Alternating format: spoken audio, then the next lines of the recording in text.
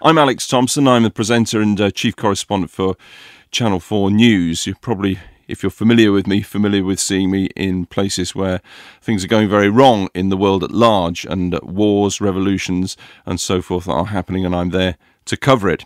I want to tell you something away from that, my own personal experience as a dad and the father of two lovely twin boys, one of whom, when he was very small as a baby, began to suffer seizures, or what we now know to be seizures, because at the time we were completely confused. We had no idea what was going on, and we entered suddenly this world of epilepsy. It was just a word. We didn't really know what it was.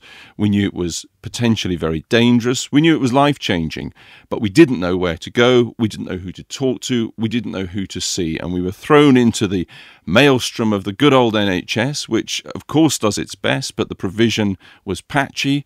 And we rapidly found out that, of course, medical science is only beginning to find out about epilepsy. It's a journey. They don't have the answers.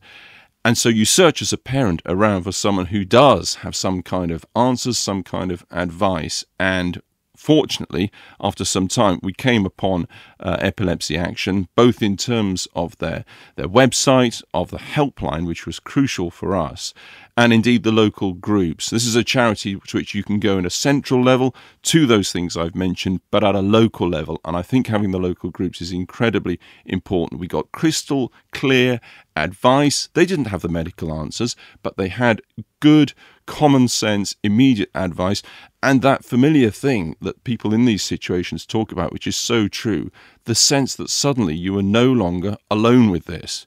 There were other people who were going through it, who'd gone through what you'd gone through, and gone through worse in many cases. So there were people there to take you through it and give you some advice and tell you how to go about moving into a different form of life, which is what epilepsy comes, and comes with great suddenness, great shocking suddenness, of course.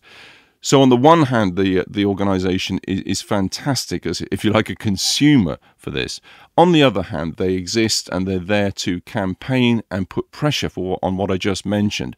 The situation that, as is so often the case with these conditions, the provision within the NHS is anything but uniform, anything but cohesive. As a parent, you're in a total postcode lottery, and as the report that Epilepsy Action brought out shows, that isn't changing.